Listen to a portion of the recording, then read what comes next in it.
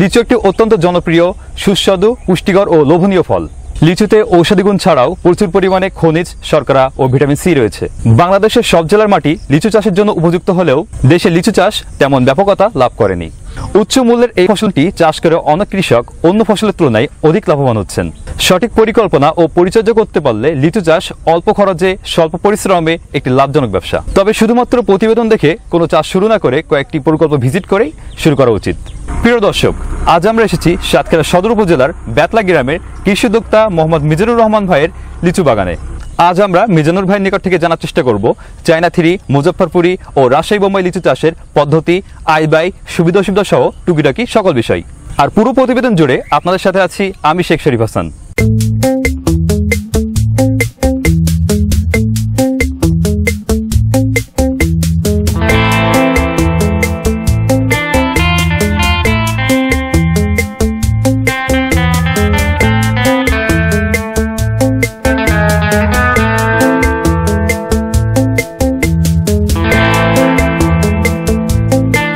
কৃষিগত YouTube চ্যানেলের পক্ষ থেকে